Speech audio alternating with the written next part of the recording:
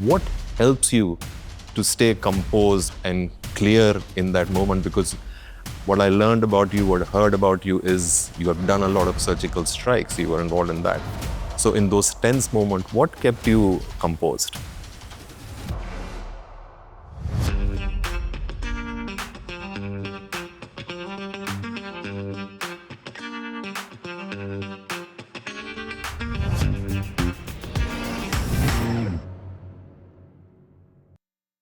Greetings, everyone, and namaskar. Welcome to another episode of Live Your Best Life Unscripted.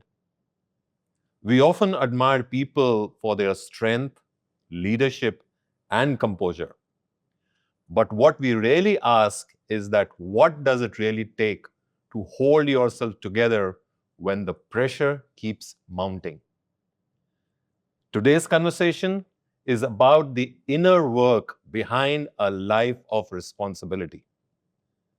Our guest today is someone whose career has been defined by leadership under pressure.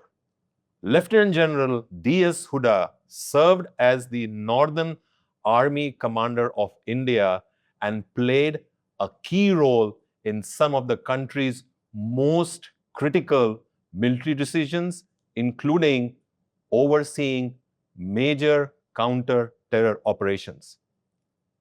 But today, we are not here to talk about rank or authority. We are here to talk about the person behind the uniform and what it takes to stay steady through life. Welcome to Live Your Best Life Unscripted, General Hooda. Thank you so much. It's a pleasure to have you here. Yes, my pleasure to be here. Yes, this is something very, very close to my heart because I also come from a family of defense services. My uncles, my cousins and all, they're all from the defense service except me. Yeah, but you have that background. So, I mean, you know how that life is and what it means. Yeah, no, it's really an honor to have you here. So, General Hooda, before we proceed, let me ask you that, before the uniform, the army and the leadership roles, what kind of person were you growing up? Was there an early influence that shaped how you look at responsibility? Yeah, so before the uniform, there was also the uniform. Because my father was in the army, Second World War soldier, very frugal, very disciplined in what he did. He came from a small village and started his education quite late. And so he sort of understood the need to give opportunities to his children. We were 4 siblings, sent us to the best of schools. I still recall my father's last posting in Dehradun. When he put my younger brother to Doon school, he actually had to sell his scooter to pay the deposit, and then he would walk every day from home to office. So I think some of that influence, has sort of shaped my early years. And so when I decided to join the NDA, it didn't seem like, much of a change that, you're going from a military house to a life of uniform. So you said you had 4 siblings. So are all of them in the defense services or you're the lone warrior? No, I'm not the lone warrior. So my elder brother was in the army. Unfortunately, he's no more. My sister was married to an army officer. I joined the army. My younger brother, he sort of escaped the dragnet. He's now in the US. Oh, he's in the US. Yeah. Okay. So when you joined the army, I mean, it was a particular decision you take that you're going to go for infantry, artillery, armored, or paras, or you were from the infantry, if I'm not mistaken. Yes. Yeah. So I did opt for the infantry, and in the infantry, I opted for the Gurkhas. Oh, okay. That seemed like a very fascinating regiment for me. So honestly, there wasn't much of a debate or dilemma in my mind that what is the arm that you should join. The infantry is sort of called the queen of the battle, always leading from the front. And Gurkhas seemed such a fabulous and famous regiment to join. Yeah, and it's a very smart, I would say, regiment. I would say, when the Gurkhas, the way they wear their caps and the way they move, it's really fascinating. I've been always fascinated by the Gurkhas. Okay, and so can you take us back to your early days in the army? Maybe a moment, where things didn't go according to the plan, and you realized, how much you need to do, or put in that efforts for that. Look, the fact that military life is going to be mentally hugely challenging uh, actually comes on the first day when you join the academy. So I remember I was a 16-year-old, joined the National Defense Academy, and the first day of our academy, we were first termers. We were asked to stay back after dinner, and that night was front rolling, back rolling, push-ups, sprints. I mean, till you thought your body perhaps can't take it, and it continues for weeks. For example, we are issued bicycles to go to classes, but as first timers, you're not allowed to ride the bicycle, but you have to take the bicycle to the class. Okay. So you sling it around your neck. So the first two months is the bicycle riding you. Now, this might look tough, but there is a paradox here. You see, the more they challenge you physically, the more your mental conditioning grows. So I would say, sometimes we say, yeah, we have this one heroic moment which will come, which will make us realize that, we are mentally very strong. But I think it's the daily doing the hard things Yeah. and doing them well that actually, builds up your inner resilience. And that's today we laugh at our NDA days, but they were very tough at that time. But they helped us build this mental conditioning. So when you talk about the NDA days, and you also mention about build you for the tough days, so what was that specific thing or the specific learnings which you had during your NDA days? Because I am always fascinated by NDAs. Okay, so what was those specific things? How did they mold you into becoming, I would say, a perfect, disciplined army person or defense services personnel? See, I think what they do initially is sort of to tell you that where you're coming from, life here is going to be different, and they do it by challenging you physically, uh, sort of trying to tell you that there is nothing physically that is impossible that you cannot do. And as I said, uh, that physical challenge then makes you mentally so resilient uh, that you feel there is nothing that you know uh, that I cannot do. Uh, for example, we had to, as first timers, roll back from the movie hall to the mess Roll after seeing back. a movie. Yeah, yeah. So almost between half and 1 kilometer, you would just go front We're talking rolling. about front rolling. Yeah, yeah, yeah, yeah. Oh, okay. Yeah, but that, you had to see a movie like Love Story, so it didn't really matter. But that's what I'm saying.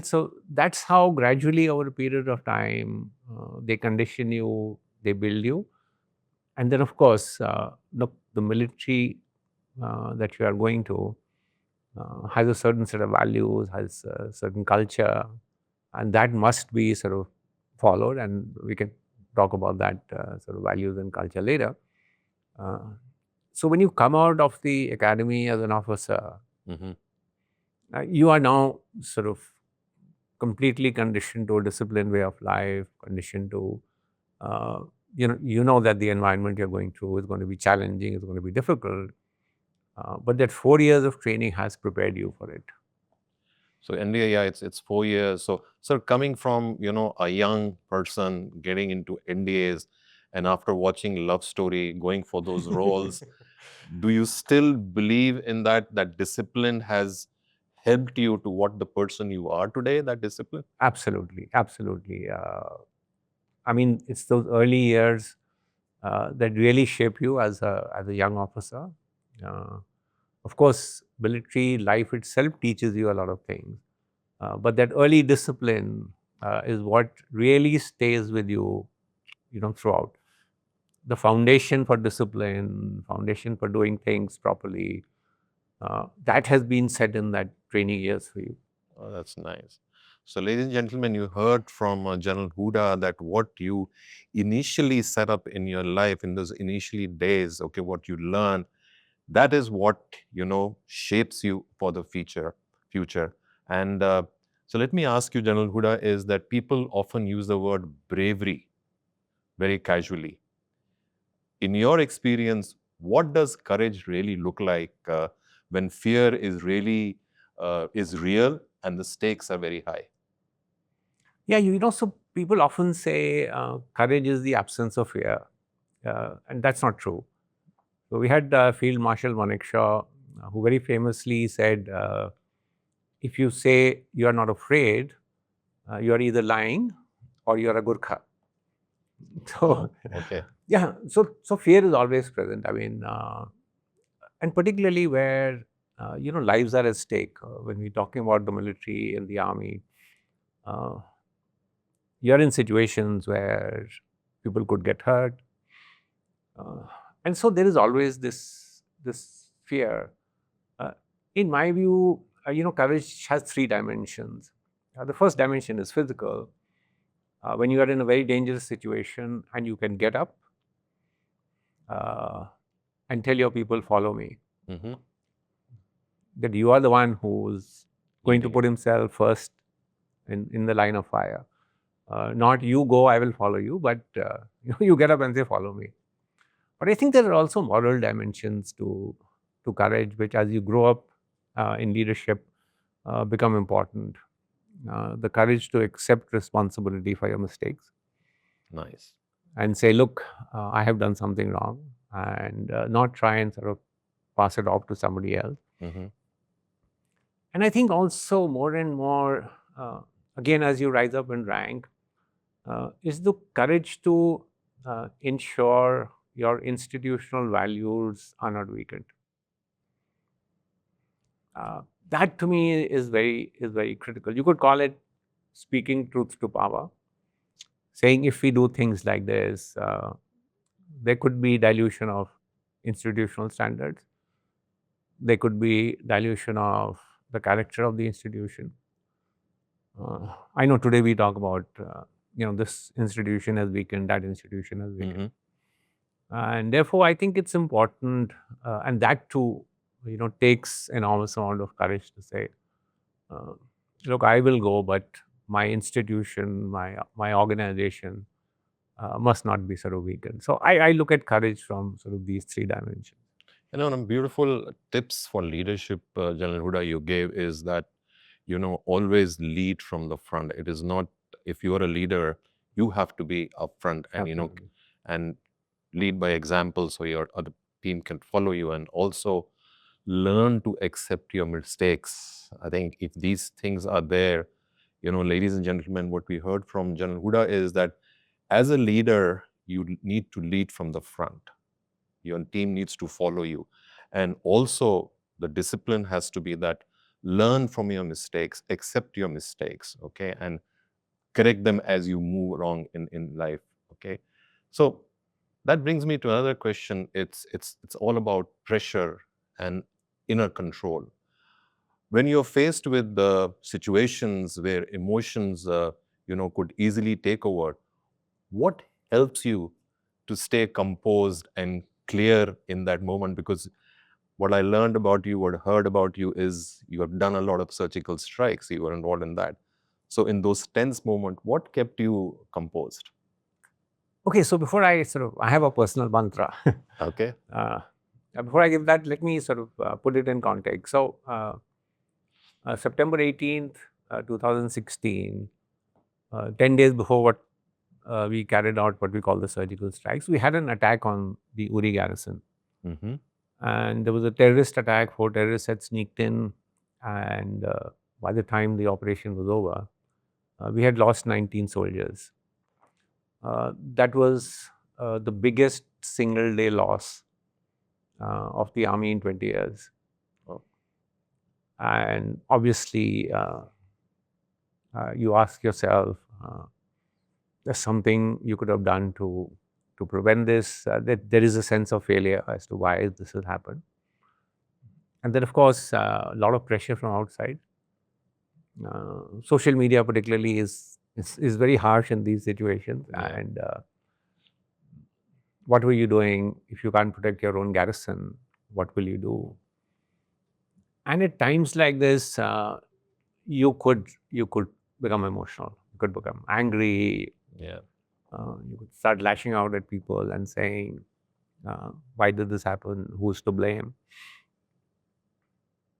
I think my own personal mantra, and as I mentioned, is today is not for despair. You are faced with a problem. You need to handle it. There is a situation at hand. Uh, how do you tackle that situation? Uh, Looking back into the past too much is unhelpful. So look, don't despair today. Uh, find a solution. And really, uh, I'll tell you, day one onwards, after the incident happened at Uri, we had started planning for the surgical strikes. That look, we've had an incident. We now need to respond to it. And because we said this is what we need to do now, suddenly you found, when people with their heads hanging low, morale low, kya ho gaya, that here is something in front of us that we need to do. And so suddenly there is a switch in mode, switch in emotions. Mm-hmm. So I would say, challenging situations will come. There will be times when you feel emotions sort of overpower you. But instead of saying, why me? Uh, what has happened? Better to say, what should I do now? And so that's why I say, in challenging situations, maybe just sort of tell yourself, today is not for despair. Today is not for despair. And I love to hear the stories of the war stories. And Yuri was one of the, I think a movie was also made on that. And your role was also depicted in that movie. So while we are on the war stories, sitting with a veteran like you from defense services and me, like a young kid, when somebody is there, I would love to hear some more stories from you. Maybe one of the things apart from Uri, which is also very close to your heart. And what did you gather from that? So let me just sort of explain. I know people have seen that movie Uri, and in reality, the operation was much more complex than what is being depicted in the movie. The movie is fantastic. Let me say, I don't want to say anything on that scope. But the operation was very complex. We had to hit 5 targets, about 250 kilometers apart. Uh, each of those required that we go behind enemy defenses, Pakistan defenses, because all the terrorist camps were behind uh, Pakistani defenses. We had to go there, strike those camps, and then come back. Uh, by which time, obviously, the Pakistanis would know something has happened in the rear. The time differential between the first strikes and the last strikes was almost 6 hours. Mm-hmm. Uh, so the concern was, of course, that everybody should come back safe. I think that was the primary. And uh, if you ask me, one of the good achievements of the operation was, yes, we hit the terrorist camps and we sent a strong message. But the fact that every soldier came back, Wow. yeah, that to me was sort of personally, gratifying. That's nice. Yeah, Army is also defense services, also known as a community and brotherhood. So this leads me to my next question to you: is that the Army is often described as a brotherhood. How much does that sense of community, like standing together for each other, shape not just the operation which you just mentioned, but the person you become? Yeah. So as you said, it does shape how operations are conducted. At a personal level, I think it makes you do things which, uh, as an individual by yourself, you wouldn't do. Uh, you step up more because uh, there is somebody standing with you. If something happens, he's there to support you. The fact that, yeah, he has my back. Uh, I think it also makes you a better leader because you understand the need for people to work together. Mhm. And therefore, uh, as a leader, you want to build strong teams. You empower them, you encourage initiative. Uh, so that helps you in the leadership skill. I think it also builds humility, which I think is a critical quality. And it builds humility because you understand that your acclaim, your success is a result of contribution and sacrifices of members of your team. Exactly. And that in itself builds a sort of sense of humility. I go for some of these corporate talks and we talk about collaboration and team members working together. I would suggest go one step beyond, go from collaboration to trust. How do you build trust between team members? Because uh, if you can build trust within team members, that will make an absolutely unshakable team. Awesome. So, ladies and gentlemen, you heard from General Hooda, go a step ahead of what collaboration. Today, we talk about collaboration or building teams, but he's saying that, his advice, I would say rather, is that go a step above collaboration, build the trust within the teams. And if the teams have the trust, it's an unshakable team. Absolutely. Such a nice, inputs from and advice from General Huda is. So, General Huda, let me ask you, what's one quiet habit you have followed for years? Something people wouldn't easily associate with uh, at your position, someone in your position, and which has helped you to stay grounded. So I think one quiet habit is listening. That's another leadership quality. Yeah, I mean your ability. I know as you rise in rank, uh, I think the understanding that look, you can't be an expert in every area, and therefore the need to listen to some people, take their advice, understand. When you are on the top of the hierarchy, voices of those below you become faint. You often have a close set of advisors around you, and so it was always my attempt.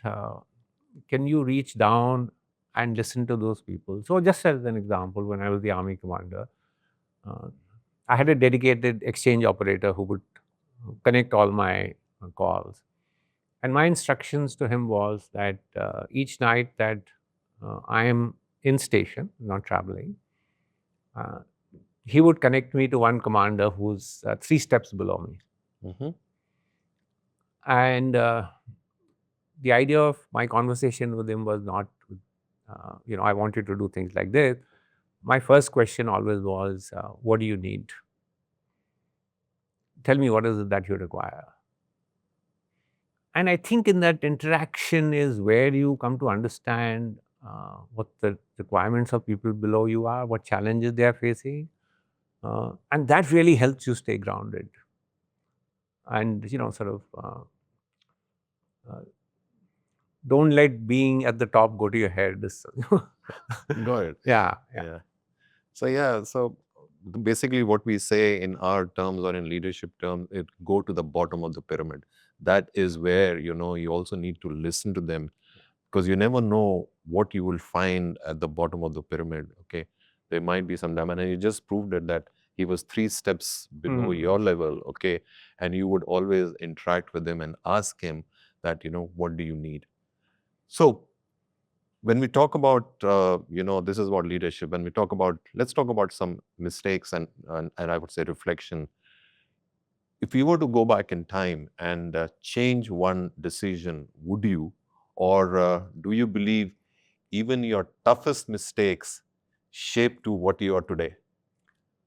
See, look, military life is army life is challenging, and there are many decisions you feel, uh, you know, I could have changed that decision, and particularly decisions where lives have been lost. Uh, you've had operations, you've taken decisions. In that decision, in the operation, people have lost their lives, and you say, sometimes wish, could I have done some things Differently. differently? Uh, but really, the fact is, despite whatever regrets you might have, the outcome is already written in stone. Hmm. You can't change the outcome. What has happened has already happened. So I think the critical part is learn from how you made that decision. Uh, could you have done things better? And then try and apply it, in your next situation when possibly you are faced with something. So I think that learning process is hugely critical. The unfortunate fact is that the outcome you cannot change of something Exactly. that has already happened. So the crucial thing is learn from it and improve yourself. That I think is better. Learning is always constant, and we in leadership we also say that learn from your mistakes. What is your take on that, and how it shapes you better when you learn from your mistakes? No, that's really a part of your leadership experience. Uh, if you're going to take that sense that I am not wrong, this was somebody else's mistake, then obviously you're not going to sort of improve yourself. So the learning from mistakes is a hugely crucial part, I think, of growing up as a leader, and honestly acknowledging that mistakes have been made. Okay. So General Huda, beautiful inputs, and I'm sure our viewers who are listening to you today as leaders would take away a lot of tips, a lot of learnings. Even I am, learning from you, from your experience with a veteran from the defense services. The next segment, General Huda, is about myths that need to die. Okay, so where we challenge popular beliefs, people don't often accept without questioning. Mhm. So the first myth is that strong people don't struggle internally. So in your experience, did you have moments of doubt or inner conflict that others never saw? Yeah, so let me let me give you a small sort of personal story. Uh, so this is 8th October 2005. I was posted at Uri, the same garrison which subsequently, 11 years later got attacked. And I was the brigade commander, which means I was the senior-most officer Hmm. uh, in the Uri garrison.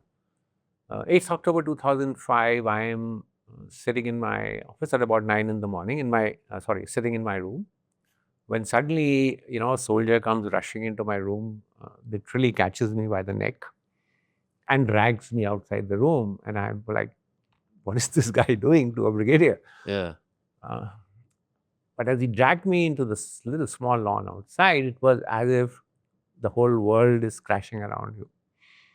Uh, we had one of the biggest earthquakes that hit, Uri. yeah, Uri, Jammu Kashmir, on 8th October 2005. Everything was destroyed. I mean, we had something like 160 buildings. Out of the 160 buildings, 155 uh, were smashed to rubble.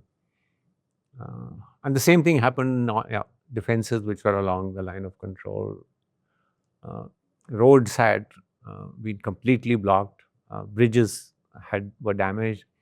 Of course, that time there was not mobile connectivity, Hmm. so telephone towers had all collapsed, and thousands of injured people were just streaming in, including civilians, into the garrison saying, uh, army hame bacha legi, army will save us. And everyone's looking at me as the senior most officer. Tell us, give us instructions, tell us what to do. Uh, and I had also never faced such a situation in my life. And so huge amount of sort of doubts, confusion also in your own mind. Will I be able to handle it? Uh, will I be giving the right decisions? But I think there just have to suppress those feelings and those emotions. Uh, people can see confusion, fear on your face as a leader. I mean, you would have faced some similar situations where somebody walks out from the boss's office and says, "Yeah, boss is looking confused." So you have to sort of suppress those doubts uh, and be clear and decisive in your decision making. Uh, there is no time to say, "Oh, let's kick this problem upstairs. Somebody else will give a decision." बाद में देखते हैं. Or let's form a committee. No, no. Yeah, you have to take decisions Decision there. instantly, Yeah. there and then. So that doubt you have to suppress. Also, you know, because there is a crisis, some of these decisions will hurt somebody. Exactly. You will take a decision, may be good for somebody, may not be good for somebody. I mean, it always happens in a crisis. You've got one or two, bulldozers. Either you remove rubble from buildings where people are buried, or you open up the roads Correct. for getting supplies in. Yeah. So, Yeah. so that also sort of hurts. There's an inner sort of feeling that, look, I'm taking this decision, but it could hurt somebody. Exactly. But again, that is something that, as long as you are clear what you're doing is in the larger organizational interest, I think there is a moral basis for taking decisions. So there will be inner doubts, in situations like this. But as a leader, I think you need to just keep those inside and within you. So it's not as if they don't exist. The doubts exist. Just that you have to deal with them. So are you saying that, when a situation like this or when the pressure is there and you have to take a critical decision, first of all, don't show that, express that you are under a doubt, because, and the second thing is take a decision which is best for the organization, Absolutely. even if it might not satisfy everybody. Yeah. Guys, when you shared this story, what really caught my attention was you were sitting in your room and this soldier actually came and dragged you outside. So you didn't feel the earthquake when you were sitting in your room? No. So I really didn't. So it's just when he pulled me out, I think it just started, so it may have lasted like 20, 30 seconds. And it was all, it's like the walls were exploding. Oh. So I was sitting on my computer, I was doing something, maybe I wasn't paying so much attention. But when he pulled me out, and you could just see dust in the air, everything just collapsing. Oh, and it was a matter of just those 30 seconds. Yeah. Oh, okay. So when we talk about, we talk a lot about consistency, whether it be leadership, whether it be, in the defense services or in everybody's day-to-day life, consistency means never slipping. When you fell short of your own expectations, how did you bring yourself back without being overly harsh on yourself? So let's say, we wish we were perfect. The honest answer is that we are not. We fall short of ourselves, sometimes in professional life. I think sometimes also in our personal life. In our own attitudes and behavior, we are falling short of ourselves. I think the road to recovery begins from a clear acceptance of your shortfall. Acceptance of your shortfall. That I have done something, I have fallen short of my expectations, I have done something wrong. I mean, that's from where the road to recovery, as you call it, will start. And honestly, if you have to be harsh on yourself, be harsh on yourself and say, yeah, I screwed up, I did something wrong. Mm-hmm. Because if you don't recognize the problem, how can you find the pathways to solving the problem? Exactly. Mm-hmm. So a clear recognition that a problem has occurred, and I now need to find ways to look at it. Um, what do I need to do going from here into the future to make sure that I do not repeat those? So I think a clear recognition of where you have gone wrong is crucial. I mean, turn around and say, no, it wasn't my fault only, somebody else to blame, this, that. So as I said, a clear recognition of the problem, once that is on the table, then you know how to solve it.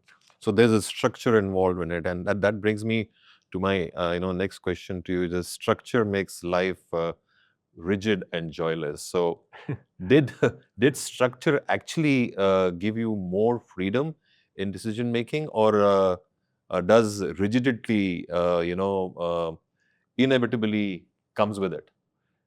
See, I think there is really no black and white answer to this. Yes, there is some level of rigidity to structures. Uh, but I think, so let's turn the word around. Uh, Instead of rigidity, call it discipline. Beautiful. And Okay. if you change it from rigidity to discipline, then the perspective changes, because then discipline is providing you a structured way to do things.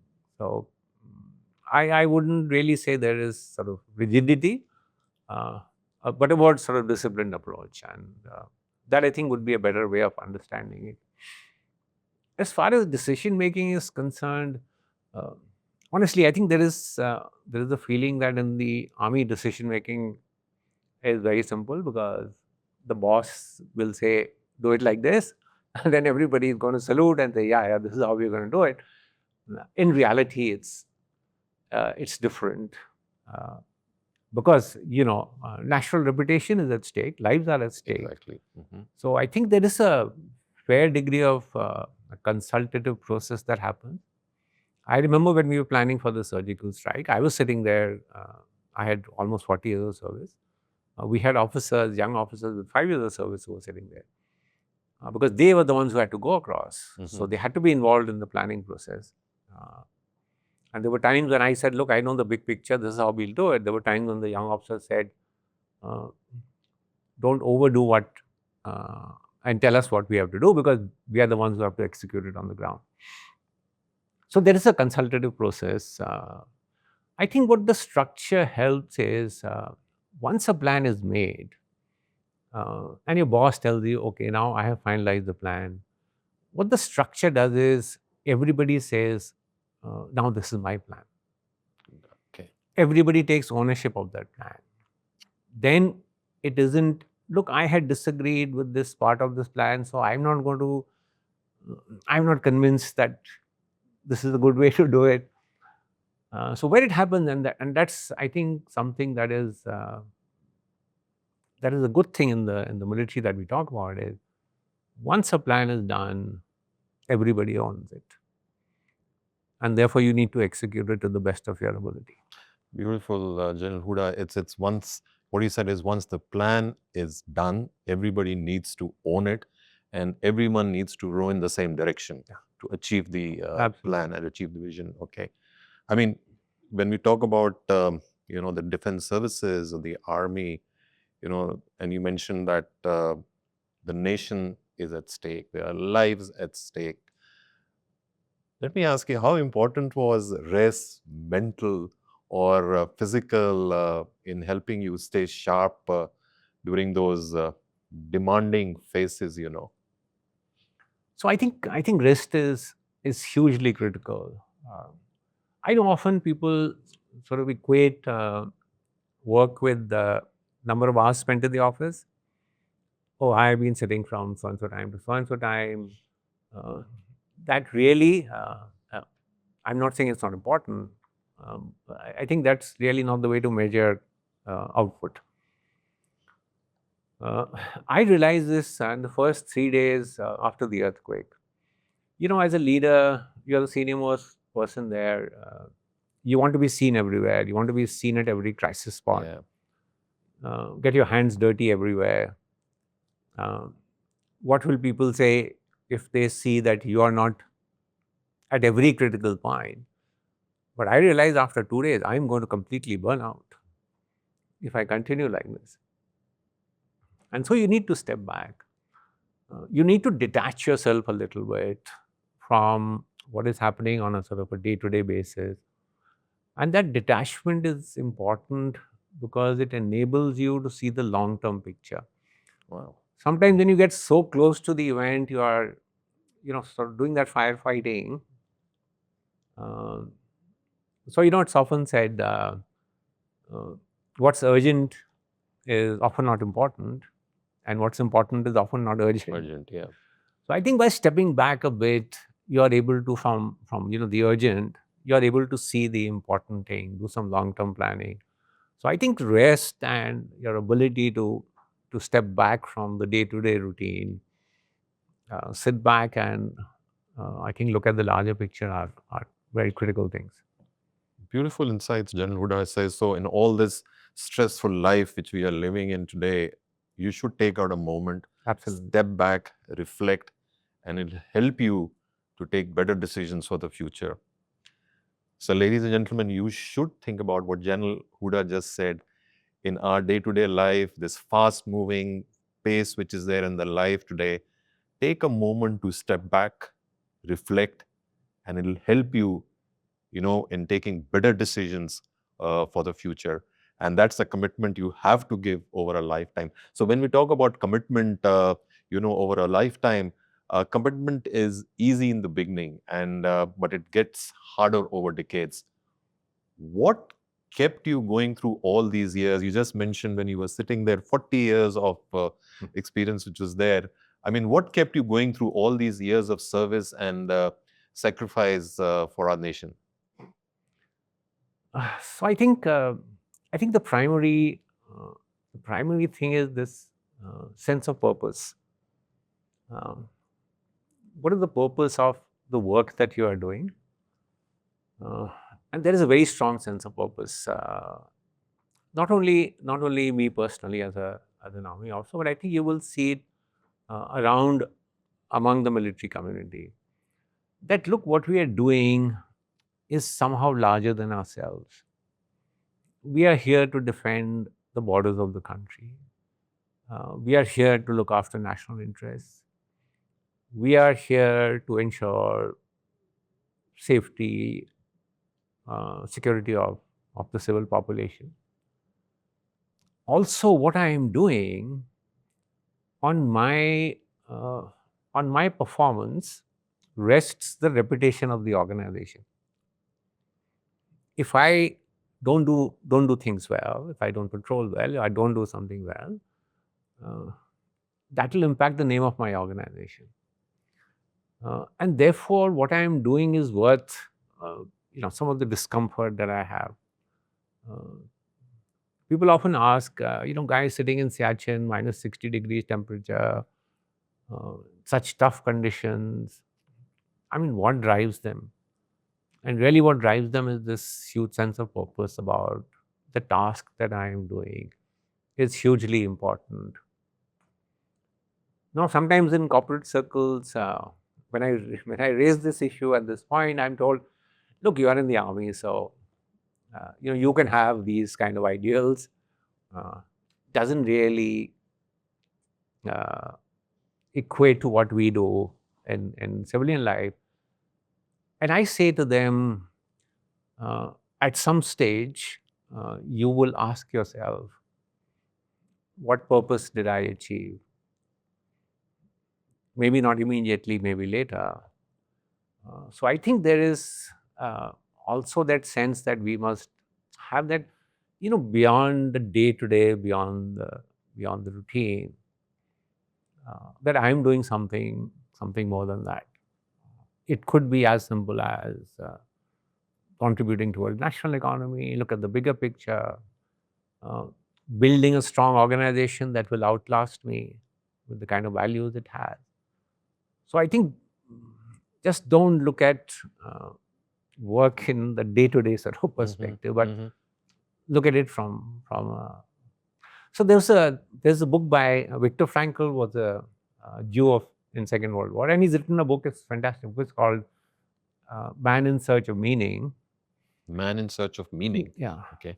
And he says what man needs is not a tensionless state, but the striving and struggling for some goal worthy of him. And I think that's perhaps, I mean, may sound sort of how it's high sounding, but I think at an individual level that's important. Very interesting. I mean, when I hear all the stories, and you mentioned about Saichin also, I mean, were you ever there in Saichin? Well, not posted there, but yes, I was looking after that area, and so I made a large number of trips there. Minus 60 degrees. Minus 60 degrees. What discipline do you need in minus 60 degrees? It is amazing. Minus 60 degrees, 60 feet of snow in winters. How much? 60 feet? Yeah. Wow. Okay. Yeah, your oxygen levels are about half of what you're breathing here. So every physical activity is a challenge, and people stay in tents, because at those heights you really can't build fancy shelters. So it's a huge challenge, but people are there, motivated, doing well. Yeah, hats off to our, defense services, our, soldiers who are, posted in those, places like Saichin, minus degree. I mean, to every soldier who's there, who's serving the nation, protecting the nation, hats off to you, and thank you for, protecting the nation, and thank you, General Hooda, for sharing the stories, which are there. And this is life of when you were there in the defense services. Okay, let's talk about life after the uniform.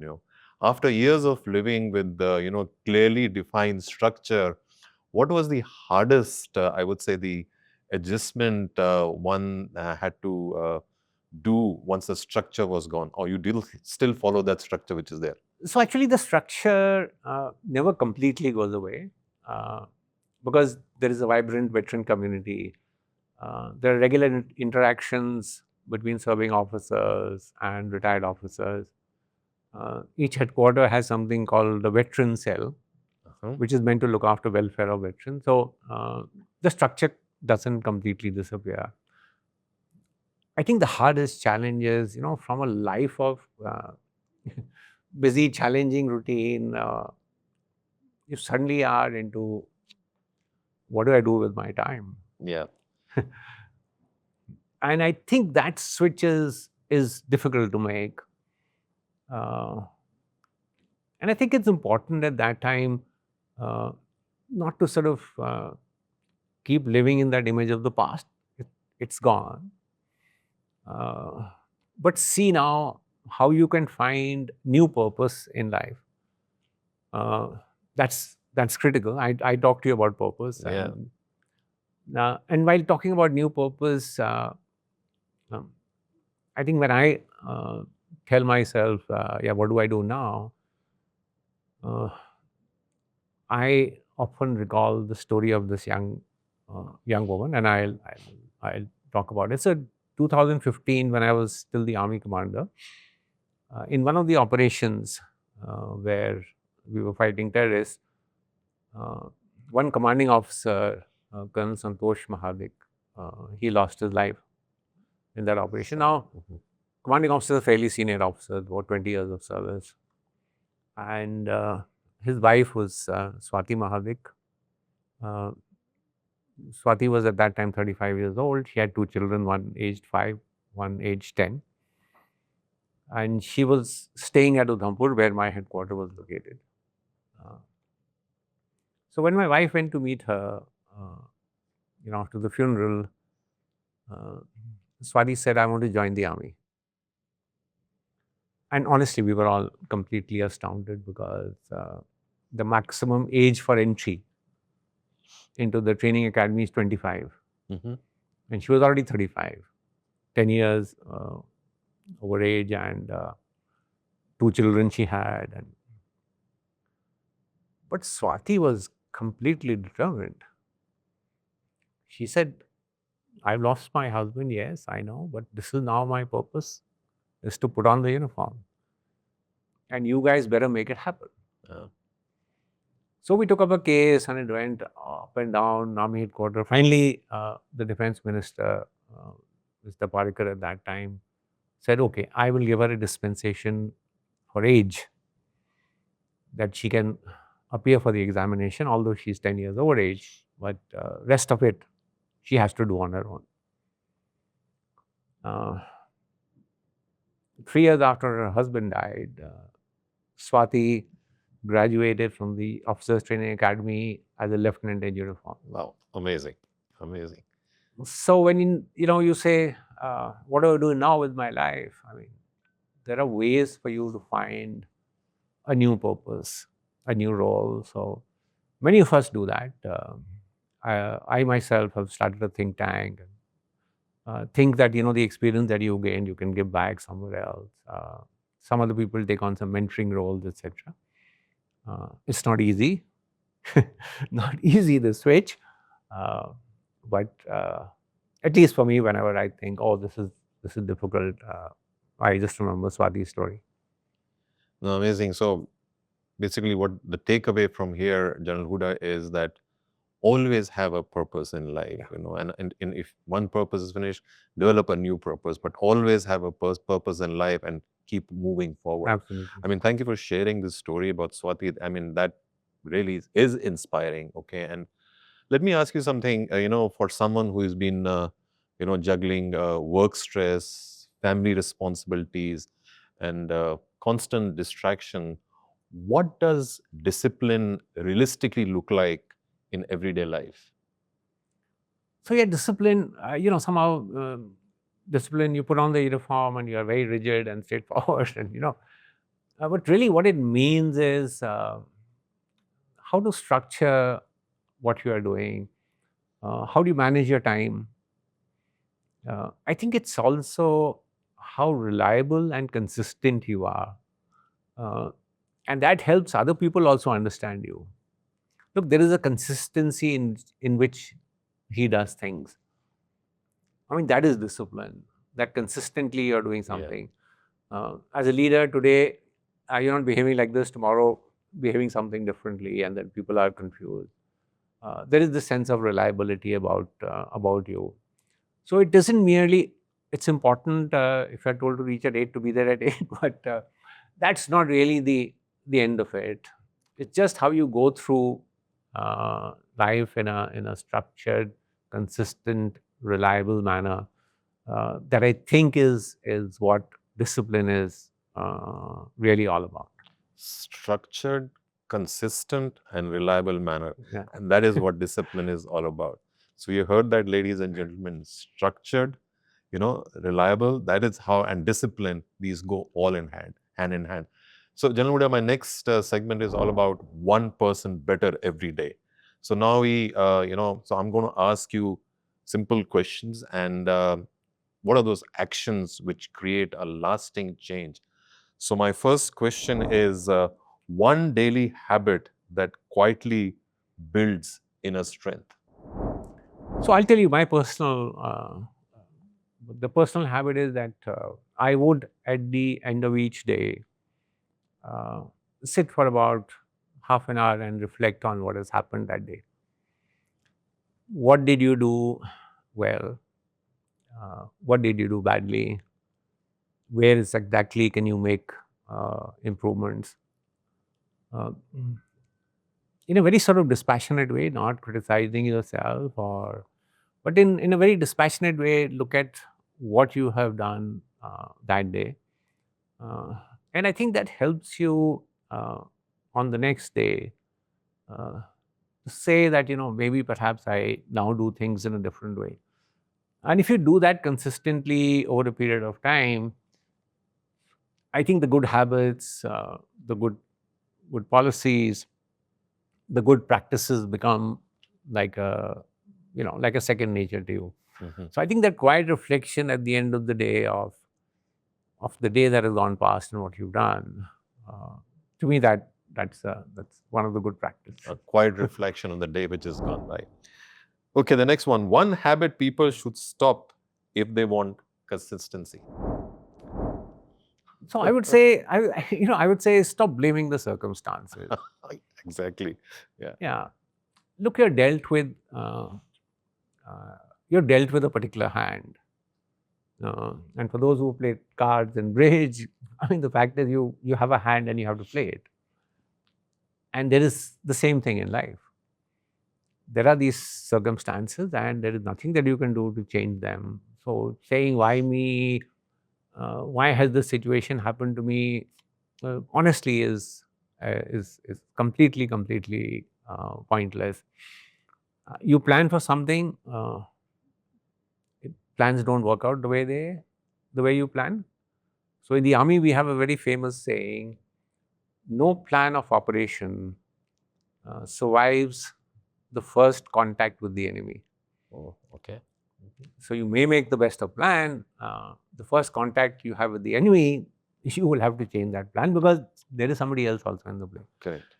And so you need to learn that element of flexibility of how to do things. So I would say, if you want consistency, deal with circumstances as they are. Don't say, "Why me?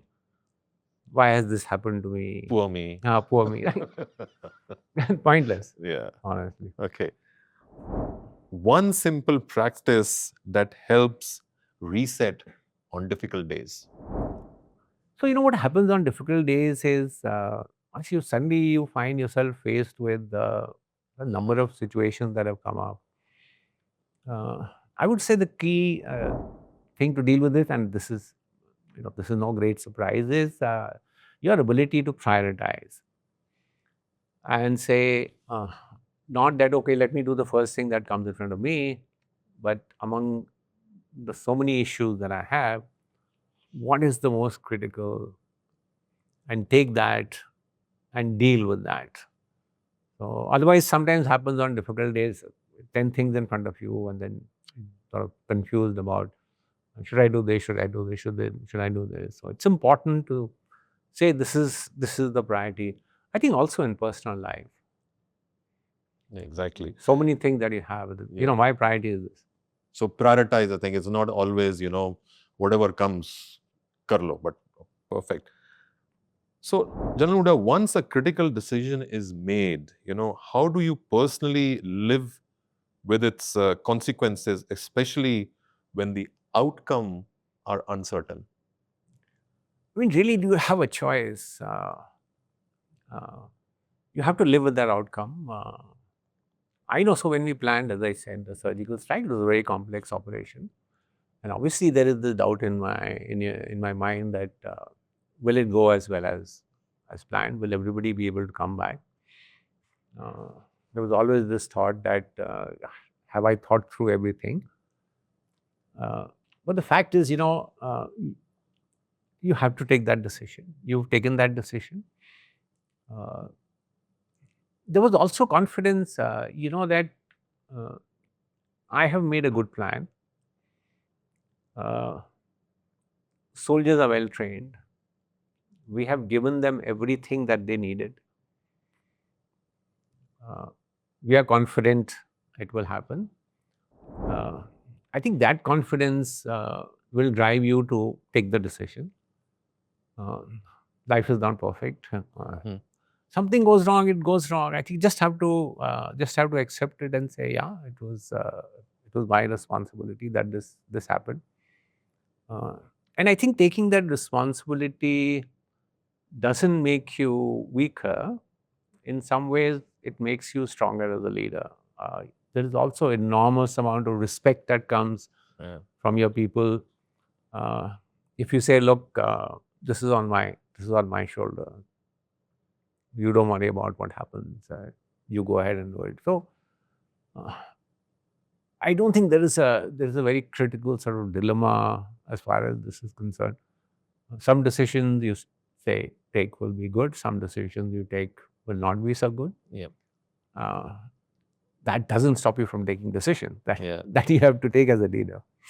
No, beautifully said. Take responsibility of your own actions, and the team will respect you for that. Perfect. Okay, in a world chasing instant results, corporate world, pressures on numbers, What did years of service teach you about patience and long-term endurance? See, we always say this, you could lose a battle, yet win the war. Mhm. So what happens immediately, and I think this is a constant sort of feature uh, in our thinking. Uh, we are tackling, for example, counterterrorism in Jammu and Kashmir. You can kill today 10 terrorists and 15 terrorists tomorrow, but you know this is a long game, and you have to then act accordingly. That look, your strategy has to be from a long term perspective. Everybody today talks of Kargil war and says, "Oh, how successful we were." Please look at the start of the Kargil war. For the first 1 month from when the war started, every attack launched by the Indian Army failed. But you persist. And so I think it's important that there is long-term strategic thinking, at least among the leadership, that yes, short-term results are good, Mhm. but unless you have a long-term vision in mind, Yeah. uh, it won't. I mean, we have seen it. Look at the American army in Afghanistan. After 9/11, the US military went in, and within 1 month, they had captured Kabul. After 20 years, they had to withdraw and hand over power to Taliban. So, unless that long-term thinking strategy is in place, you could lose out, despite immediate success. So one of the takeaways also, Hooda, I learned from this conversation is about consistency was also, even if you're having failures, keep on trying, never give up. Okay, is there a space for vulnerability in leadership, or does strength sometimes require silent resilience? No, see, silent resilience is required. But again, we are all human beings, so uh, there will be vulnerabilities. And let me tell you, your people below you understand that. They don't see you. They don't see you as a Superman or somebody who cannot get hurt or is not vulnerable. Uh, but as long as a leader, you are able to motivate people, carry the team along. Uh, I think your vulnerabilities will result in the team working harder to make sure that you as a leader are uh, not shown bad or not shown poor. Mhm. So if they have that faith in you, in some ways, um, you know, yeah, this has happened. We must make sure the boss is not let down. Yeah. So vulnerability is not always uh, a weakness. It's a human condition. But I think as overall character of a leader is in some ways turn that vulnerability into an advantage. Nice. Oh, I love this one. Which values from defense services or the military life do you feel the civilian society could benefit from the most today? I'm going to answer this a little differently. Okay. Okay. So, look, the military values, courage, honor, integrity, loyalty, comradeship. These are absolutely critical values, and some of these could find also adaptation in civilian life. I think the crucial part is this, and I'm sure your organization also has a set of values. Many of these organizations have their own set of values. The crucial thing is this: while these values look morally desirable, in the army, for example, they are indispensable for functioning. If you don't have courage, if you don't have loyalty, if you don't have instant obedience, the army will collapse. It cannot function. If somebody says, I refuse to instantly obey order, or there is no loyalty, or there is no, the army will not function. So loyalties must become an indispensable part of the organization's daily functioning. And which is why I said I want to put this in perspective. Uh, it's not that you borrow values from army into civil life, but whatever set of values you have, make them a part of your daily life, make them a part of your daily functioning. Mhm. Just don't say, oh, I have these set of values, this on my calendar, this on my desk. But the organization, the individuals are following those values regularly. I think that is more crucial. Doesn't matter this value, that value. Whatever you decide organizationally, just follow them And believe in them. and believe in them. Yeah. Yeah. One last question. Can discipline also mean knowing when to step back or let go rather than always pushing forward? Absolutely. Absolutely.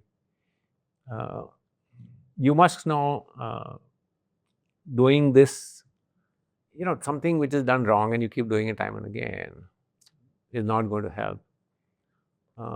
In the army, for example, we say, don't reinforce failure. Mhm. You start a plan and you find that this plan is not succeeding, don't continue to do that. Don't continue to just push your way. Try another different approach. Yeah, The objective remains the same. correct. So, the objective remains I have to capture Tiger Hill. Now, if I'm going from the north and I'm not succeeding, there is no point continuing to push more people that way. Yeah. Change direction. So I think discipline also means at some stage, this is not working, step back from here. Let's try another approach. Let's try another way of doing things. So as I said, don't reinforce failure. Not reinforce failure. No, beautifully said. I mean, what I understand from this, General Hooda, is that if you have a plan, if you have a goal, and you set, on the journey of achieving that goal, but if there are hindrances in achieving that goal, don't just keep pushing towards that. Absolutely. Find an alternate way, but don't change the goal. Yeah. Don't change the goal, but find alternate ways or solutions to achieve that goal.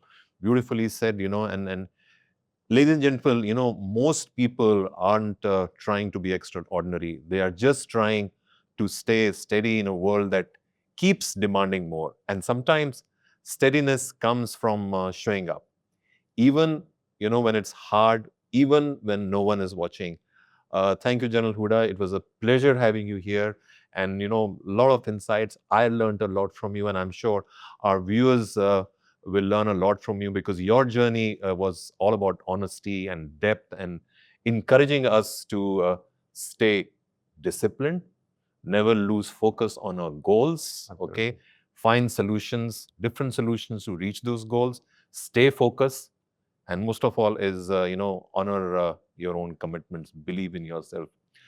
So ladies and gentlemen, if this episode resonated with you, don't forget to like, subscribe, and share it with someone who might need it. This is Live Your Best Life Unscripted. Until next time, thank you.